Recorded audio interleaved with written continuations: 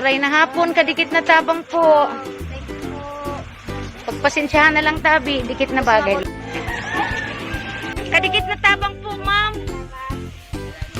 Nay, maray na hapon po.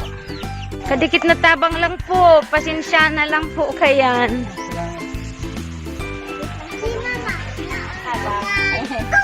Sige na, kadikit na tabang, ma'am po. Duwa na ang tawi dyan, Choy. Dakti na dakay dagang maditi.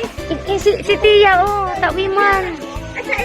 Oh, si Mama daan na. Ay, iyon na pala niya.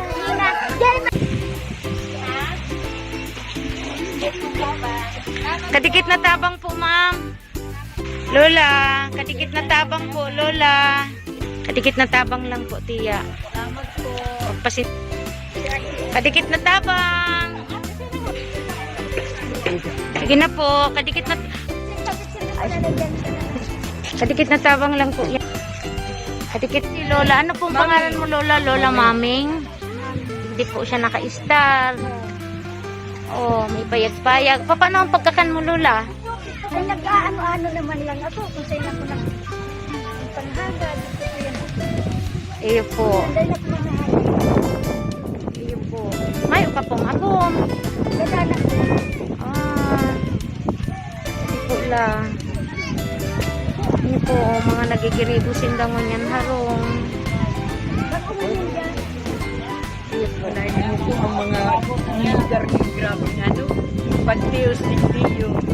Talaga, nagpapasalamat man po ako dahil ang lugar ni saruman sa maswerteng na dumanan kang Tiyo. Dahil po lang tabang man po niyo para sa senda.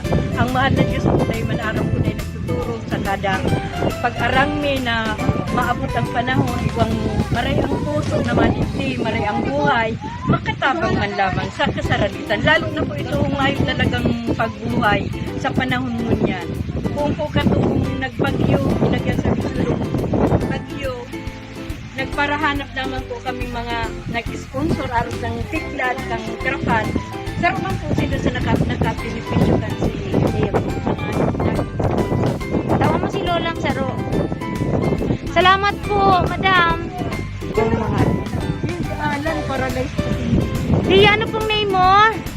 Barangay Kagawad ka po, digdi. Ano pong name mo para Flores Cabor Hadarilay. Barangay Kagawad po siya, digdi na. Pigtabangan niya kami para ma-identify ni kung sisay ang nangangaipong ano. Kaya pigtara niya kami digdi sa, yan o, dagat na.